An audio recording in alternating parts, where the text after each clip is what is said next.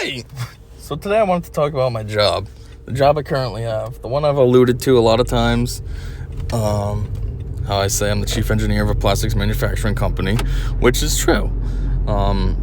I do like my job for a bunch of reasons. I like how close it is to home.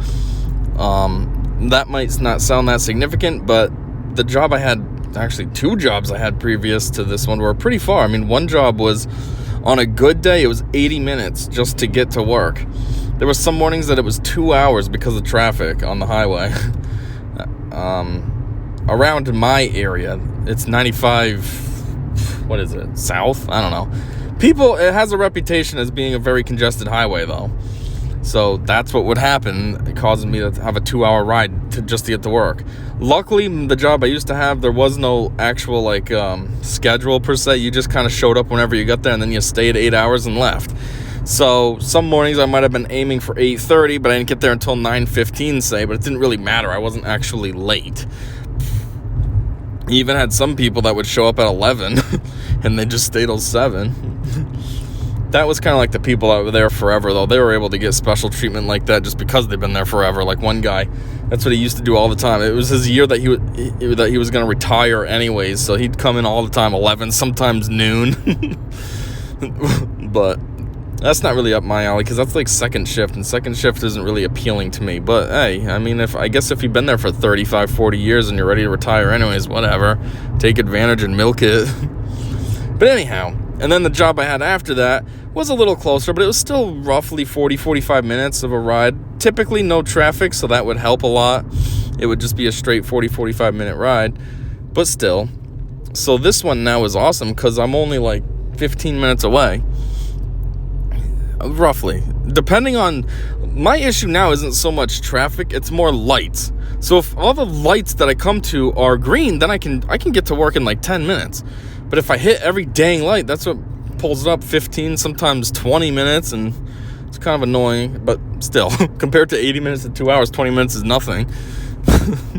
Anyhow, it's also very close to my daughter, which is awesome too. So before, that job that I used to have, it would take me an hour and a half just to get back to town, and then I'd have to go another 10 minutes to go get her. Now compared to where I live, my job is halfway there already. I'm already halfway to where my daughter's mother lives. Actually, I think I'm closer than halfway, because like I said, it's about 15 minutes from where I live. It's 10 minutes from my job to my daughter's place. So I actually kind of have a 50% leg up. So, yeah. So I like that. I like what we do. I don't want to say it's easy, because it's relatively not. There's a fair amount of thinking. I mean, recently I've screwed up on a project because of one stupid little aspect that I just totally forgot about. I can't say forgot about, it just slipped my mind, never occurred to me. And never. Not until there was a problem. And nobody pointed the problem out to me. There was just a problem. I re-looked at my work, and then it was just right there, blazing in my face. I was like, you gotta be kidding me. That's what I did wrong. I never saw that until now that it's way too late. But as I was saying, though, easy. It's easy in the sense of a lot of the work is derivative. We take existing designs and modify them. We also are able to use similar frames. I mean, that's kind of what we do all the time. We take an existing frame and just rework it for the new parts to fit into it. So that kind of makes things a lot easier when someone else did majority of the legwork for the design, and all I got to do is make stuff fit into it, you know? So I like that. The people, basically all the people are pretty cool. There's just this one guy, I don't know why he's the way he is. He always looks like he's just got a problem with everyone. I don't know. I mean, it's literally with everyone. So at first I thought it was with me. I was like, what's he got a problem with me for? I don't even ever talk to the guy. He doesn't even know me. How does he hate me? But then I started to pay attention, and I see he looks like that all the time with everyone. So I don't know. He has RBF, but for men, whatever that's called. RAF, I guess. I don't know. But yeah, but otherwise everyone's pretty cool.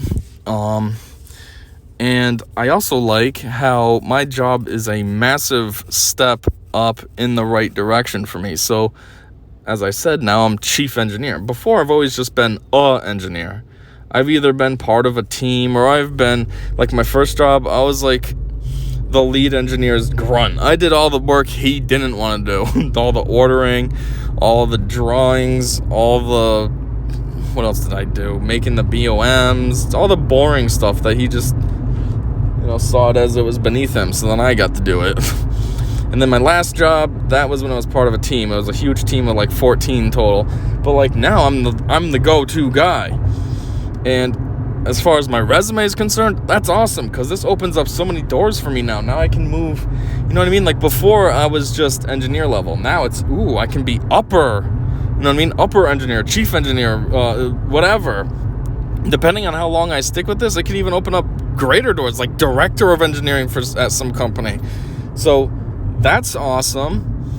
One thing I've been trying to do for quite some time is I want to get into a college and teach my own class. I have 3 degrees, as I've probably said before, and I have other skills that aren't really relevant to my degrees, but I'm just good at it for no reason. Like, I can write really well. As far as speaking goes, I kind of suck. I mean, if you listen to any of my other casts, I kind of stumble or I lose my train of thought. But for some reason, when it comes to writing, I can write a fantastic paper or write a fantastic speech or whatever it is. I can write really well. So I feel like I could do like a writing class, a English class, a lit class, or maybe not lit, that's reading. But you know what I mean? I could do a class like that. I could help people write fantastic papers. I'm good at it, so I just, give them the information I have. How do I write a good paper? Tell that to other people. Help them write good papers. So there's that. I have my math degree, so obviously I'm good in math. I've been doing engineering for 10 years, so obviously I have some fundamentals that I could convey to others. I wouldn't say I'm an expert in SolidWorks, because I don't know how to use weldments or sheet metal tabs, as I've never needed to use them in the jobs I have. So I can't say I'm an expert, because I'm not. But I'm pretty advanced. I do know a lot of tips and tricks in SolidWorks. I have picked up a lot over the years. Like I said, it's been 10 years I've been using this, 8 hours a day, 5 days a week. So, I'm well versed. I could teach a SolidWorks course. I mean, come on, SolidWorks courses are super basic anyways. You're just learning the fundamentals. I could easily teach someone the fundamentals.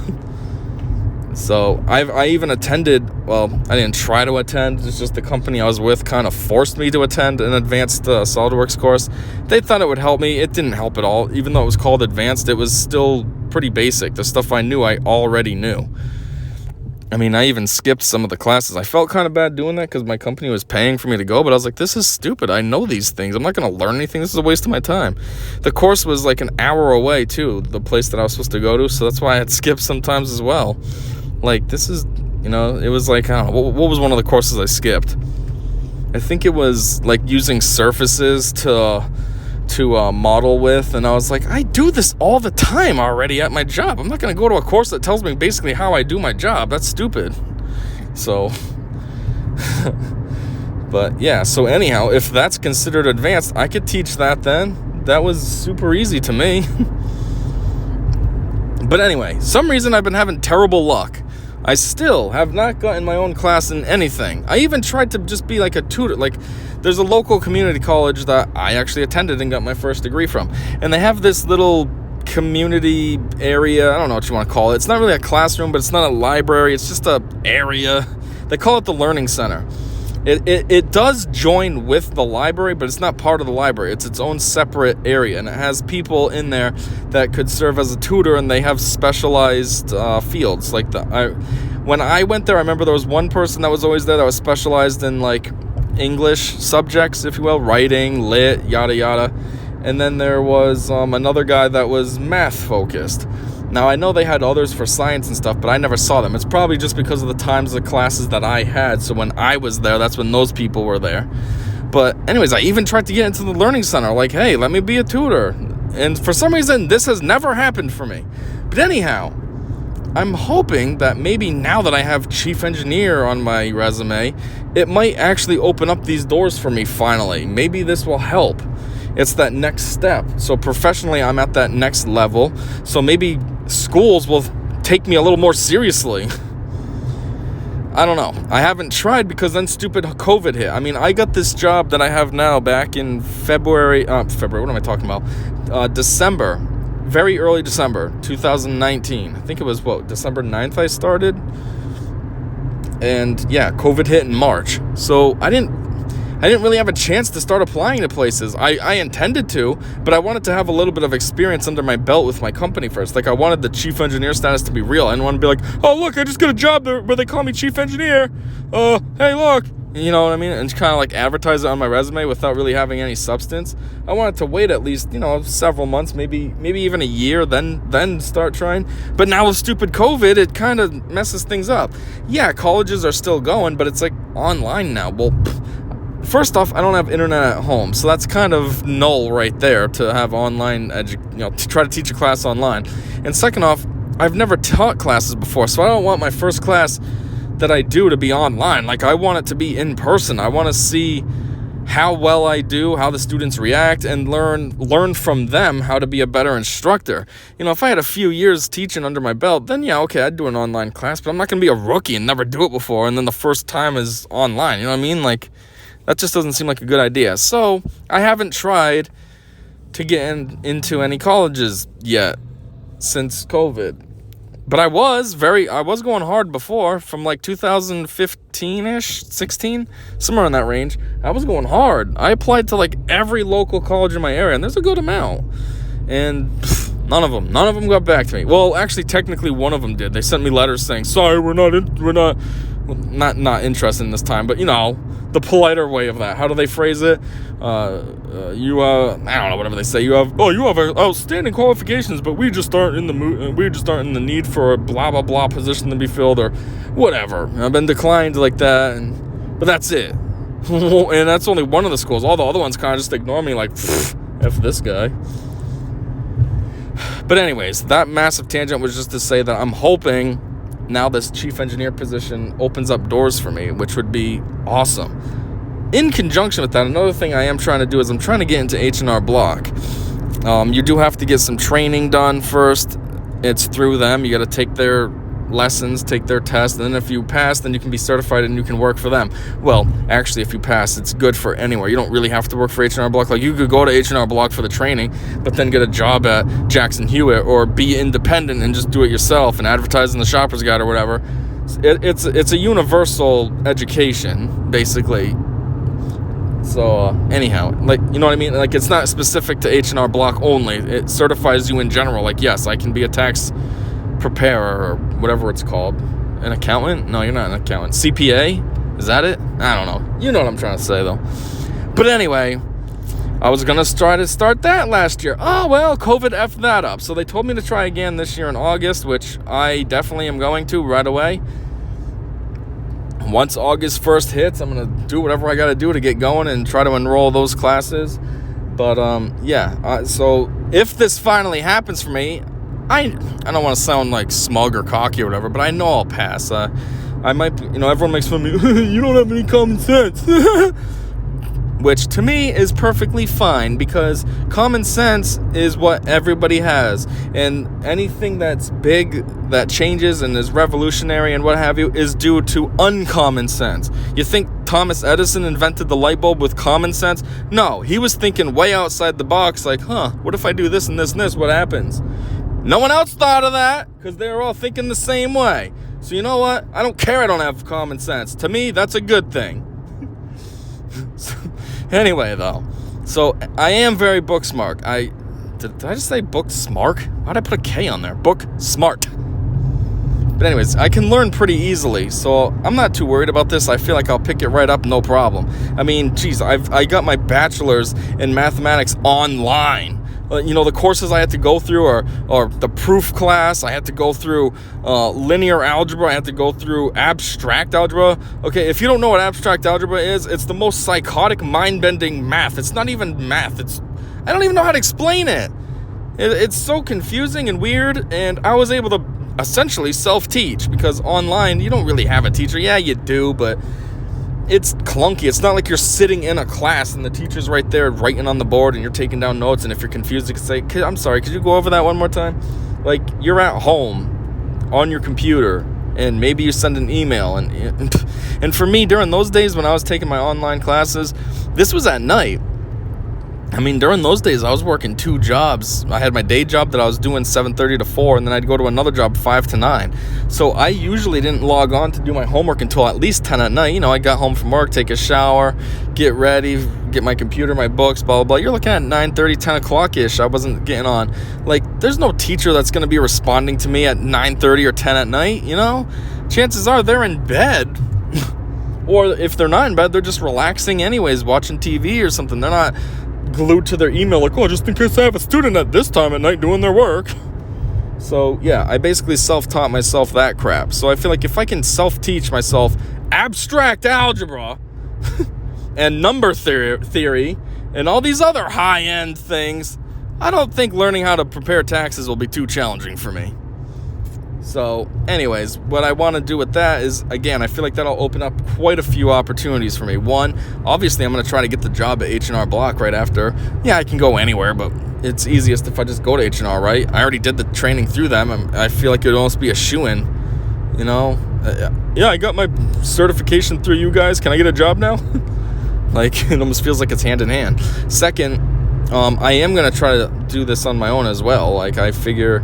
So the company I work for now, it's not huge, but there's a fair enough amount of employees. We probably have 100 employees total. So say I make an ad that I will prepare people's taxes for them for like a deep discount compared to H&R Block or something. Then, you know, say even only 25 of them take an interest. My plan is I'd charge like $50 per tax preparation that I complete, so which is a big discount. I mean, first off, I go through a private individual. She was charging me $170. Now she charges me like $210. So $50 is quite the discount. And 2, I went to Jackson Hewitt last year. Well, I was going to go to Jackson Hewitt because I was in a very tight financial rut and I needed the money, and I knew I was going to get a return because I was able to claim my daughter last year. I get to claim her every other year, and last year was my year. And so I needed the money as soon as possible. And the private person I go to, she lives several states away, and, you know, she kind of takes her time. Like, when I mail the stuff to her, it probably takes a week to get to her, and then she takes another 2 weeks to do it, and then it takes a week to get back. So you're looking at a month total. So if you want a quick turnaround, she's impractical. I think last year she didn't finish my stuff until April 14th. Like, she cut it right to the edge. I was like, seriously, you're going to make me late? And I sent this to you, you know, mid-March. So that's why I was going to choose, well, not last year. I mean, the year before that. That was my basis. So anyways, though, I was going to go with Jackson Hewitt. Yeah, they wanted over $500. I was like, what? And the girl's trying to make it sound good. Oh, you got these discounts that I can apply for you. And then what we can do is you don't even need to have this money up front. We can just take it straight out of your return. And I'm like, what? I'm not giving you $500. I need that return. I'm behind on all my bills. Dang it. I need that money. I'm not giving you $500 willy-nilly. I'll just pay the other person $210. At least that saves me, you know, $290. Like, what? So anyway, my point is $50 is a deal compared to these places that want to charge you, well, as they say, an arm and a leg. So I figure I could do that. And then I could even, like, I don't know, maybe not the first year I do it, but maybe afterwards I could even try to put, like, some ads in the Shopper's Guide and see what happens. You know, have people, they can just put it in my mailbox. Well, I don't know if I'd trust that, but, you know, we could arrange something. People could text me or something, and I could arrange an area that I could meet them to pick up their stuff, and then I'd mail it back to them or whatever. And who knows? It could be like a little side gig. So, I mean, there's that I think is pretty cool for a potential opportunity. And the second thing that I like about this H&R Block stuff is, again, it might help me with trying to get into a school. One, if I have chief engineer on my resume, and then I have that I, you know, work at an H&R Block on the side, it might help. It might produce those impressive results that I'm looking for, that a college might be like, oh, he's educated other than just having degrees. So, who knows? Anyway, this is a very long intro. I mean, I did want to give a fair enough amount of backstory, but man, this is going back story. So anyways, getting into some more relevant backstory now instead of all this stuff. So what happened was with this job actually found me. What happened was, I don't know if I ever talked about my last job. I might have made references to things about my last job that I had, but yeah, I plan on making a separate T4Cast about that one, because my job just let me go out of nowhere one day. Like, the whole situation was weird. It made no sense, and the day it happened, I didn't even know what to say or how to feel or what to think. It was just like, what? This is happening? Why? And I even contacted 2 wrongful termination lawyers. They both said I'd have a pretty solid case, and yeah, I was gonna pursue it. The only reason I didn't was because my last company was massive. I mean, massive. They were global. They almost had a site in every continent besides, like, Antarctica. Like, they were huge and just continuously growing. They were absorbing company after company after a company. They were gigantic. And I was like, yeah, right. I'm just some little doofus hiring some mom and pop lawyer over here. You know, they got a team of top tier, high end lawyers. They're just going to bury me. So that's why I never tried to pursue anything. But I did look into it. Like I said, I talked to 2 lawyers. But yeah. So anyways, there's a story in and of itself right there. But so what happened was I lost my job, and then I started to struggle for 9 months. And that's when I was talking about my tax return that I needed it. Yeah, that's why, because I fell behind on everything. I was $2,100 behind on rent. I was, I don't know, 8 months behind on my car payment.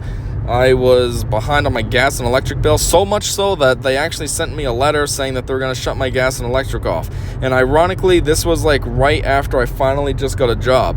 So even though I had 25 million things to catch up on, at least I had money, and I had to focus my money on that at the moment. So I gave the gas and my electric company, basically handles both, so I gave them the money they needed just so I could keep my lights on. I mean, it was cutting it down to the wire too. I didn't have the money until like the day that they were planning on cutting my power. It was crazy how close it was. Like, I had to call them and basically do like a wire transfer over the phone, so that way then they'd have the money in time, because I called them prior and said, hey, I just got the money. If I pay you, if I make the payment online, will that be sufficient enough? And they were like, nope, because this could take a couple days to process, and it's due by today, which means if it takes a couple days, it's getting shut off no matter what, and then you'd have to call and get it all reset back up, and then there's a charge to get it set up, blah, blah, blah. And I was like, what the heck? I'm not dealing with that. So I figured out a way to do it right then and there, and yeah, it got super close, though. That was, I remember that day. I was at work sitting in my car on one of my breaks trying to figure this out. But, yeah. So, anyways, when I finally got a job, though, it wasn't great, but at least it was something decent. I think it was paying me $20 an hour, plus I was able to get overtime, so that helped. I mean, I went from making basically nothing. I was pulling $500 bi-weekly between 2 jobs. I went from that to $20 an hour, plus overtime. So it was a nice step up. It was decent, but it just still was not enough, and plus I was way behind on everything, so there was that struggle. So anyways, the company I was with was not bad. It was super laid back. It was kind of it was super laid back. It was it was a very easy job. And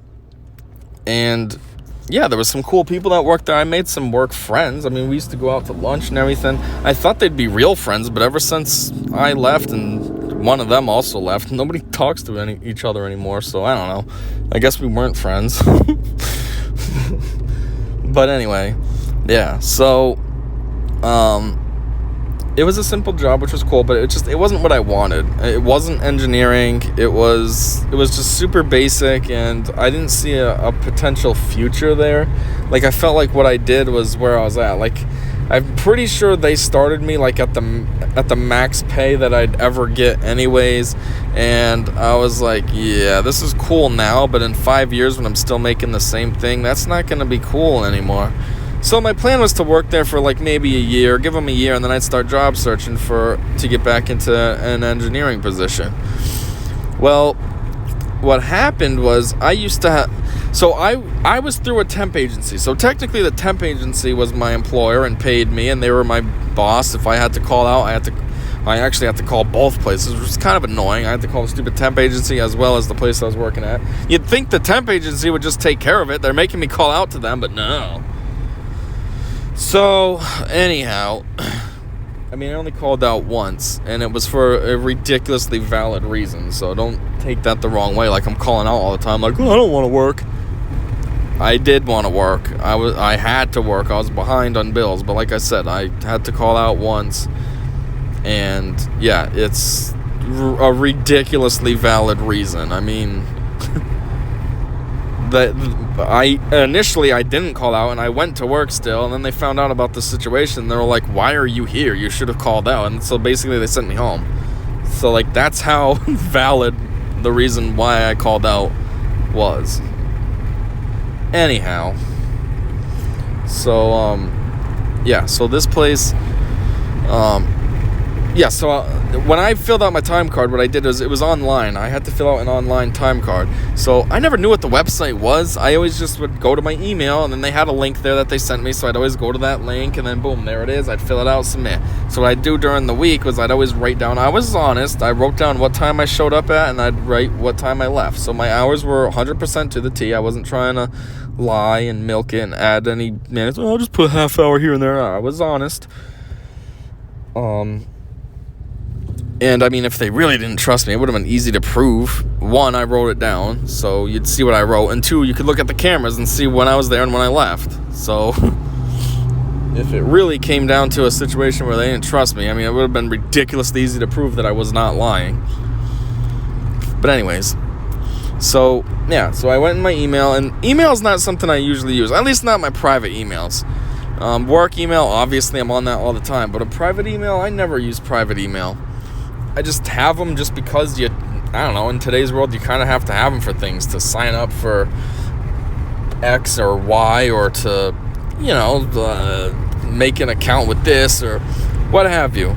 So, anyways, this email, I was always in so I could get my time card. And that's when I saw the email from the company that I'm with now. They sent me an email saying, hey, we see that you have engineering experience. We're wondering if you're looking for a job. We do have an opportunity. If interested, give us a call. So my point that I'm making about how I don't check email is, if it wasn't for that job and me needing to fill out my my time card, and I didn't do it, or even if I just remembered the website that the time card was on, I would have never seen that email, at least not in time. I do check my email here and there just to clean it up, because, you get a lot of junk emails and those build up. But I probably would not have seen it in time. I probably wouldn't have, this was back in October that I saw this. I probably wouldn't have seen it until, who knows, March, April, May. Sometime that would have been way too late, and then I'd been like, oh man, that sucks.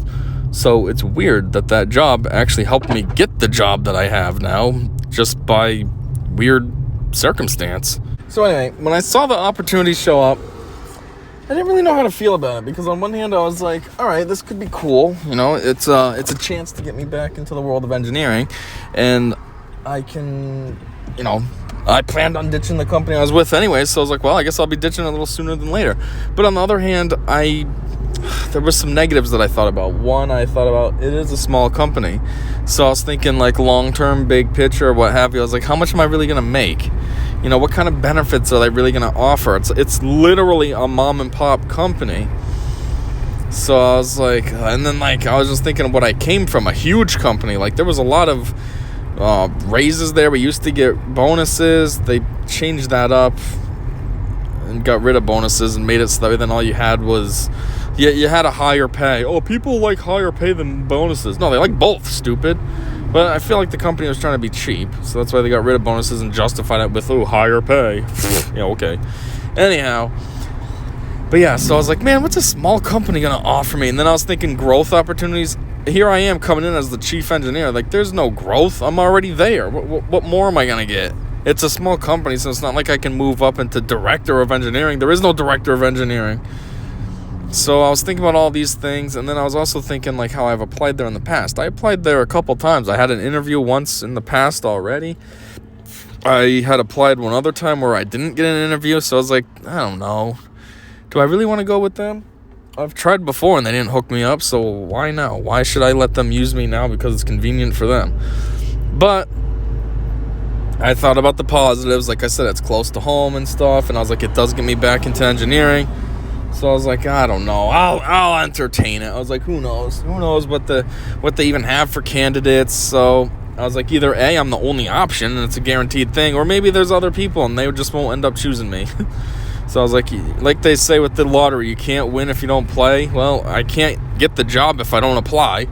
So I responded back and I was like, yeah, okay, I'm interested. I sent them my resume, and then we set up an interview. So I went to the interview, and I guess it went pretty well.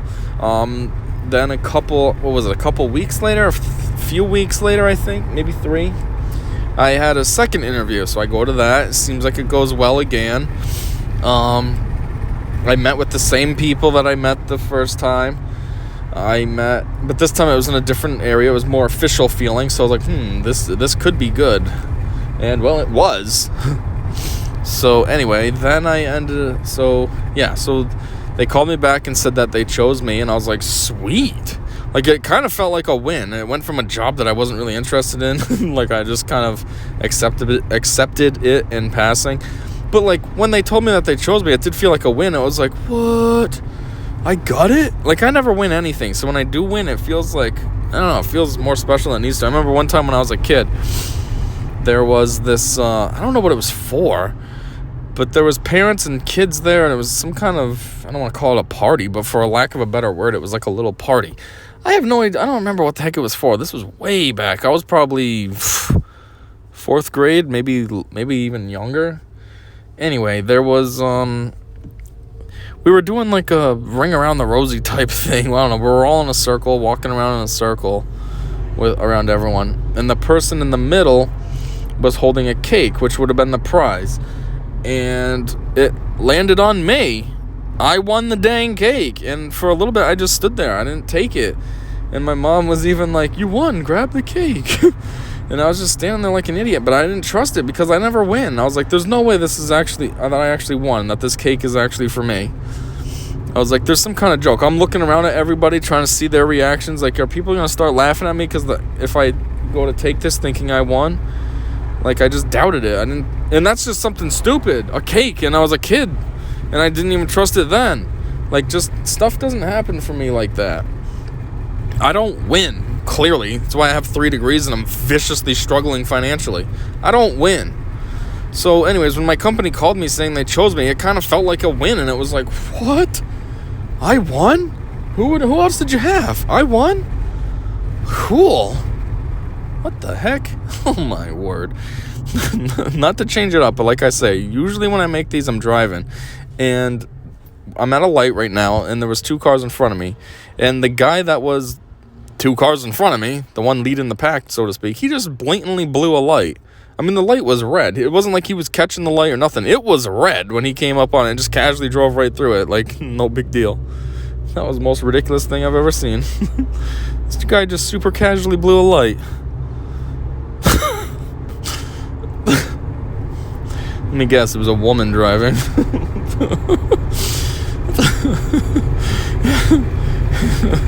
Anyhow, back to the main story. So I won, and I was like, well, geez, what the heck? Now, the problem that was awkward for me, though, was at the company that I was currently working for, they were going through some crap, too, with a lot of people leaving. A lot of people were leaving. They had just lost their shop foreman. He got promoted to another store, or shop, I should say, that was across country, so they lost him. They were losing, I should say. They didn't lose her yet, but they were losing their inventory manager. She was going to be moving to the same place as that guy, because their situation was weird. They were married, but, like, I don't even know. I can't say they were getting divorced, but, like, they were split up, but still married. And, like, he wanted to move on from her, but she was, like, clinging on to him. And yeah, so she was moving out to where he was, basically to, like, stalk him, more or less. So they were losing her after they lost him. They lost another guy. He ran, what the heck was his machine called? Wow, I already forgot what the machines are called. I don't know, but he ran one of the machines that it did a lot more work. So there was 3 machines out there. Was there 3 machines? Maybe there's just 2. Am I confused? I don't know. Still, there was Yeah, there was 3 types of material, but 2 machines. So one of the machines cut 2 types of material. The other machine cut only 1. I don't know. One machine was just used more. It was able to go faster, and it cut a more popular type of material. So anyways, the guy that ran that one, he left. So now they needed to find somebody to fill in over there. You had a new machine that was being put in, and a guy trying to learn it. So he was someone who was there for a long time, and he ran his own machines already, but now they're trying to train him on this other machine. So that was going kind of clunky, you know, him taking on those 2 roles. And then you had the maintenance guy, which was actually one of my boys. He was always talking about leaving, and I think he might have had an opportunity. I don't know if he left. I can't remember offhand. But I think he had an opportunity come his way as well. And so he talked to upper management about possibly leaving. So, like, there was that possible happening on the horizon. And what else? I think there was one other thing that happened, right? Wasn't there? I don't know. But still, there was all that going on. Oh, yeah, there was also a weird upheaval up in the front office where customer service was. So you had all that fiasco that they were trying to deal with. And then all the while, you had corporate coming down on... So basically the general manager of the facility, his title was operations manager. So you had corporate doing all this weird changes too that the operations manager was dealing with. So the point is he had a lot of stuff going on that he had to deal with. A lot of stress, a lot of new positions to fill. And then there's me. Now I'm going to be leaving. And I was like, oh God, this puts me in such an awkward position. Like, I don't want to be part of his problem. But I was like, this is bad timing for me. I mean, at the end of the day, I'm leaving. It's not my problem. But still, I worked there. I felt for him. I understood what he was going through. And I had a critical position. I programmed all the machines in the shop. So without me, none of the machines work, basically. And there was no one else that could do my position. When I started there was 2 others. And then once I got trained up, I was the 3rd. But, you know, one of them claimed he had back injury. So he was out of work for... I worked there for what? How long? 6 months. He was out of there probably for 4 of those months that I was there. The other one that knew how to do it was the plant manager that I said he ended up leaving to go to another shop. So it got down to just me that knew how to do the job. So, yeah. So I was like, man, this puts me in a weird spot. So I did do... So what I ended up doing was... Back in October, when I first heard about my opportunity, I started making a handbook. Oddly enough, the company never had a handbook on how to do the job. So I made one, and it was pretty thick, pretty well detailed. It ended up being, I think, like 74 pages long. And I gave it to the operations manager. I printed out a hard copy for him and gave him that. In addition, I gave him a flash drive with it on it, and I kept a digital copy on my desktop, or the desktop. Technically it's not mine, I'm not even with the company anymore, but you know what I mean. So there was lots of copies hanging around for people to read and learn from. And anyway, so when I made that, he ended up forwarding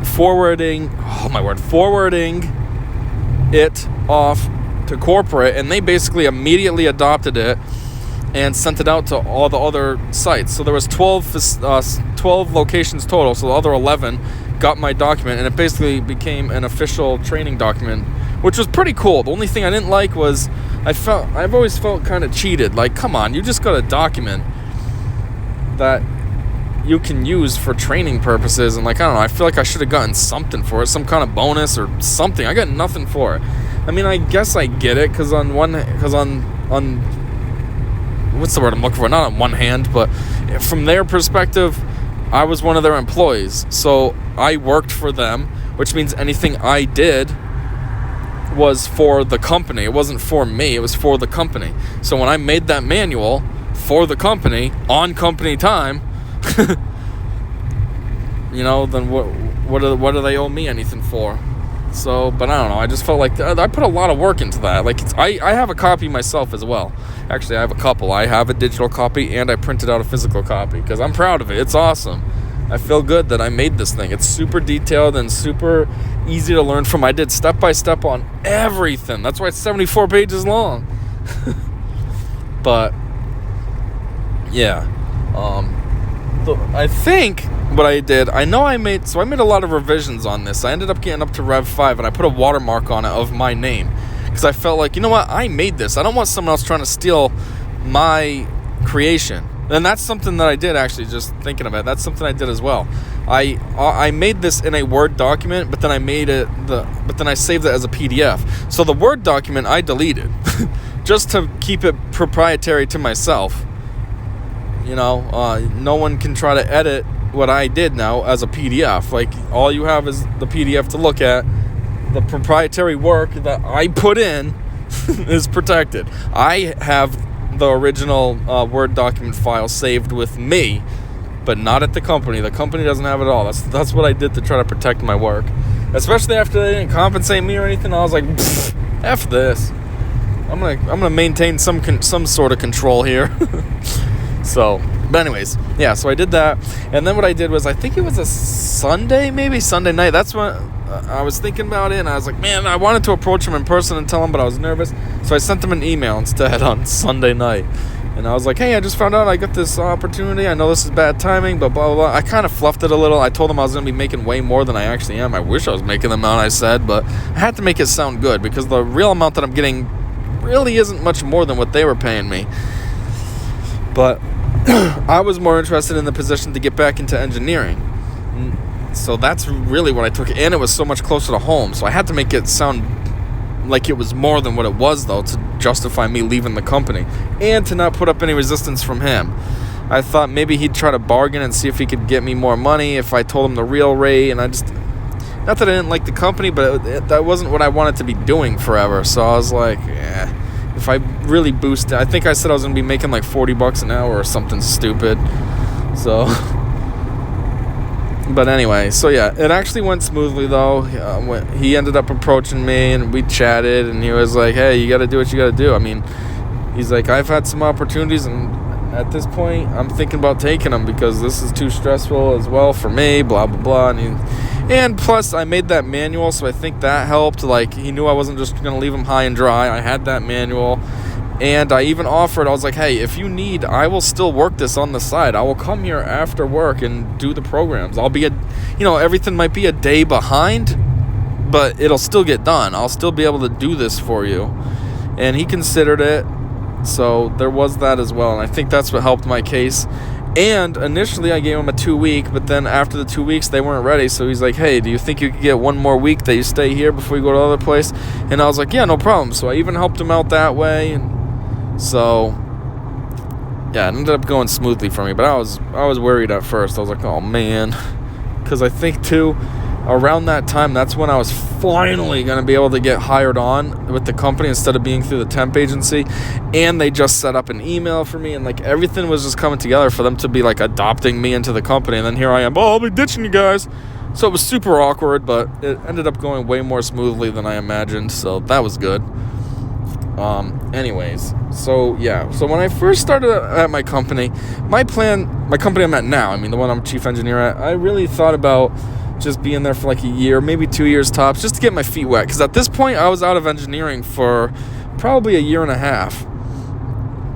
Right? Basically a year and a half. From August 2019 till when I started there in December 2020.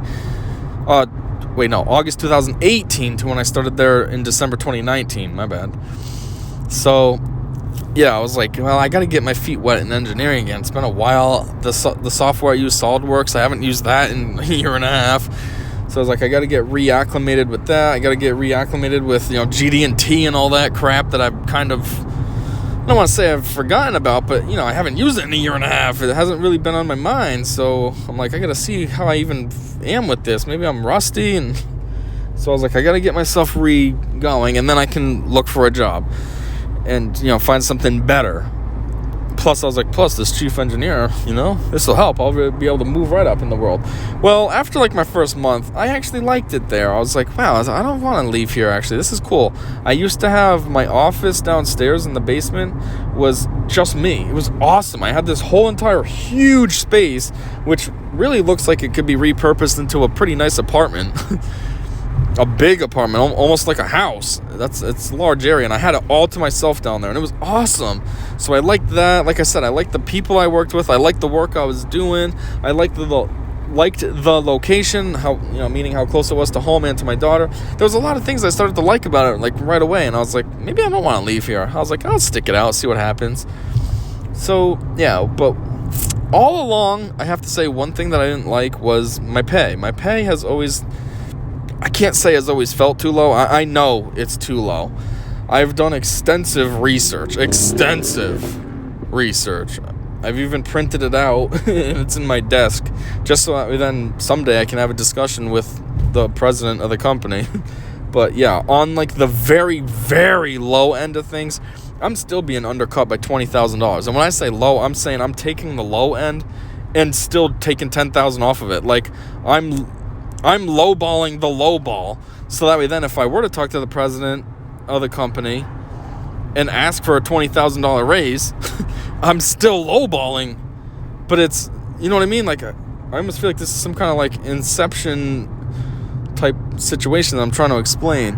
So basically, they say somebody in my position who's been in the industry for as long as I've been in the industry, I should be making $85,000 on the low end, and that's on average. That's on average on the tri-state region that I work in, or live in, I should say, and that's the average of different companies' averages per state. So I found 3 websites to give me pricing of what I could expect for pay.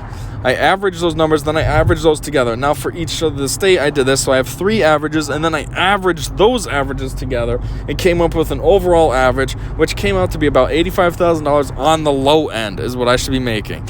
Now I undercut that $10,000 just because I figure I work for a small company, so I'm like, that brings me down to $75,000 a year, and I'm still $20,000 shy. I mean, basically I just told you what I make, but it's crap for what I should be making. And it sucks. Like, it's frustrating. This is not what I had in mind when I went to college. I never envisioned when I went to college, oh yeah, maybe I'll be dead broke, I'll be struggling, I'll live in a crappy apartment, I'll drive a car I don't really care about. Oh yeah, this will be cool. That's not what I had in mind. Yeah, I didn't have in mind to be a millionaire, but I always envisioned, reasonable. I always thought I'd be able to afford 2 cars that I like, 2 cars I want, 2 cars that I went out and picked. Not something I kind of just ended up with. And I always thought, it's not out of line to have a house. I'm not looking for a mansion. Just really all I need is a small house. The kitchen, TV room, bedroom for me, bedroom for my daughter, bathroom, and then like maybe an office room. And then I'd like a finished off basement. That's nothing crazy. It's 1 floor, 2 if you want to count the basement as a floor. Like, and just a couple acres of land, just so I could have some privacy, some trees, a garage, and like I said, at least 2 vehicles. One that I really, really take good care of. That's like my, pristine weekend vehicle, and then like a nice daily driver as well. That's not asking for too much. That's realistic. And like, I'm nowhere near that. I live in a dumpy little crappy apartment in a crappy town, and on the crappy side of the crappy town. I mean, my neighbors all the time are always fighting. Just this weekend there was police over at the neighbors across the way from where I park. I don't know how to explain it. There's a fence basically that separates my driveway from the neighbor's driveway, so when we park our cars basically face each other, but the fence splits us, you know what I mean? So anyways, those neighbors, they're fighting again. The guy's like beating on the girl, breaking the door. I'm watching the whole thing like, oh, these people are stupid. And then the cops, and there must have been nothing going on that night because they had the whole entire town police force out. But still, I'm like, seriously, like, I don't belong in this kind of neighborhood. These are scumbags. Oh, come on. But yeah, I'm like, these are scumbags. Like, this isn't what I'm about. I have 3 degrees. I'm the chief engineer of a plastics company. I'm smart. I have real obligations. I'm quiet. When I'm home, I'm just upstairs doing my own thing quietly. I'm not out causing fights and yelling in the neighborhood. I'm not drunk. I don't drink. I don't do drugs. And like, this is where I live. I live in a skanky, disgusting area because that's all I can afford. Really, it's either that or homeless, which is ridiculous. And I hate that. And like the car I have, granted, it's not something I like. Like, again, if you've ever listened to my other T4Cast, I used to have a Cadillac. Obviously, I wish I still had it. But, like, I feel like I wouldn't mind having the car I have if I still had my Cadillac. And say, like, this car that I have now is like a winter car or something, or raining. And I drive it when it's raining out, and I preserve my Cadillac for just nice weather and stuff. Then, okay, it'd be cool. But no, this is my only vehicle, and it was basically by default. The stupid dealership guy just kind of forced it on me, and at the time I needed a car, so I was like, well, I guess this is what I'm getting. Thanks, idiot, for listening to me. But yeah, so I've always been frustrated with my pay. But I've been holding out for now because I feel like, well, when they first hired me, they didn't really know me. They didn't know what my skills were. They didn't know what I knew, what I could do. So, you know, I figured I'll give them some time. I'll give it to my 1 year and see what happens. All along, they told me that they're super happy with me, that I'm a great addition to the team. They feel like they couldn't have chosen anybody better for the position. And I'm like, all right, cool. And I kept looking forward to my 1 year. And what happened? My 1 year came and went. Nobody even knew it was my 1 year. Nobody even said anything. I had no performance review. I had no raise, no nothing. I mean, that was December, was my 1 year. It's now March. Actually, what's the date today? It might be exactly 3 months later. Been at the company for 15 months now. And still nothing. And I'm like, well, what the heck? This is what it's going to be? This is what I went to college for? To work a job that I get no raises at even? So, I don't know. I'm starting to get disillusioned with my company, so I might be going back to my original idea and just ditching the place soon. I mean, I am kind of cleaning up my office just in case something does come around. I'm doing it subtly. I don't want them to straight up see that I'm cleaning out my desk and stuff, but I'm doing it slowly, little by little. Each day I'm going to bring some stuff home. That way then if something comes up, see you guys. Or at least it'll give me negotiating points. I could be like, well, this is what this place is going to offer me. What can you do? Do I matter enough for you to meet or beat this? Obviously, I'd prefer to get it beaten, because if I have to negotiate for a raise by using another job as a threat, that's not fun. But yeah, I don't know that, and then I just feel like we're kind of, I don't want to say overworked, but it's like, for example, me, I'm salary. Well, salary is based on 5 days a week, 40 hours in the week. But no, they expect that I'm supposed to be there earlier than everybody else, so putting in a little bit extra time, so it's not just 40 hours. They want like 45, 50 hours. They want you there on the weekends. Not really the weekends per se, but like at least Saturday. They want, you know, it's all these dumb little things that start to add up, and it's like, well, what the heck? You're just minimizing what I'm actually making. The more that I work, the less my pay is worth. You know what I mean? Like, my salary is based on 5 days, 40 hours. Now I'm getting that same money to work 6 days and 50 hours? 50 plus hours? So, like, that's kind of making me feel disillusioned as well. And, like, also, recently, it's been insane with the amount of work that they expect. And the deadlines are just very unrealistic. They want deadlines that are just turn it right around. Like, oh, yeah, you can do this in a month. And it's like, no, you really can't. And you guys should know this. If I know, you should know that this is insane to try to expect all this work done in a month. And then they're just putting unnecessary pressure on me. Oh, be on these people. Oh, call them. And I'm like, give them some time. Be realistic. And at the end of the day, what makes it even worse is like I said, we're a nothing company. We're a small mom and pop company. I mean, our facility is pretty big, but at the end of the day, we're nothing. We're not like P&G or Johnson & Johnson or something. We're a small little mom and pop company in a town that everyone's like, where? You know, like, and here they are trying to make me put this pressure on everybody like we're some huge company that's worth billions of dollars, and it's like, you don't want to lose our business. No, these companies don't care if they lose us. Okay, whatever. I mean, compared to all these other companies, you're giving us pennies on the dollar. You know what I mean? If we have a contract for $100,000 with somebody, it doesn't matter. I'm sure there's tons of other companies that have contracts for tens of millions of dollars. Do you think they really care about the $100,000 company? No. But we're supposed to act like we're super hot and everybody has the same priorities as us and that we're super important and stuff. And it makes me feel uncomfortable just because I'm realistic. That's like why I like math. It makes sense. 1 + 1 is 2. You can't argue around that. It makes sense. Same as this. I always just like to be logical and realistic and stuff. And, expecting companies to do something for us literally in a day is just psychotic. I mean, right now I'm doing this cast. I just dropped some parts off to our chrome plater. They basically expect for us to have them back tomorrow. It's 2:30 when I dropped them off. The company that I dropped them off at closes at 5. They're not going to have this stuff back to us by tomorrow. The best they could do would be like Thursday morning, not tomorrow. And I know they're going to bug me. Oh, can you give them a call, see if it's ready? It's not ready. Be real. I just dropped them off, basically. And then mind you, that these companies have other companies that they're servicing. It's not just us. It's not like they're just waiting around. Oh, finally, yes, you gave us some work. Now we have something to do. No, they have their other companies that they're working on and their other priorities and scheduling for these other companies and stuff. We might not be their top priority. They might already have 10 jobs lined up for X, Y, and Z company. And so maybe they can't get to us for a week. It's if you guys want to have all these control, then get it in-house. Build up your tool room so you have more people that you can control what parts are made and when and how fast and blah, blah, blah. And you can schedule that over time and stuff.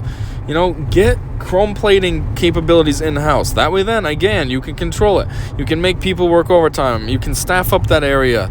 You can do what you need to do. You can't expect outside companies to drop everything for us when we're a nobody in the grand scheme of things. It's like we're like the mom and pop shop of a chicken shop, and yeah, maybe we make good food, but at the same time, we're not going to have as much pull as KFC or Popeyes, if chicken was going scarce, they're going to choose KFC or Popeyes, not us. KFC and Popeyes are giving them millions of dollars a year for business, where the little mom and pop chicken shop's giving them what, a couple $1,000s a month? They don't care if they lose out on that couple thousand, and that's like us. They don't care about us. So yeah, overall, that's just kind of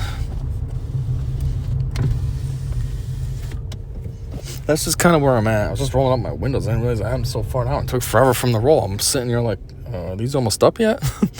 But anyways, yeah. So overall, I'm just starting to get kind of disillusioned with it. It's just so much for nothing. No bonuses, apparently no raise.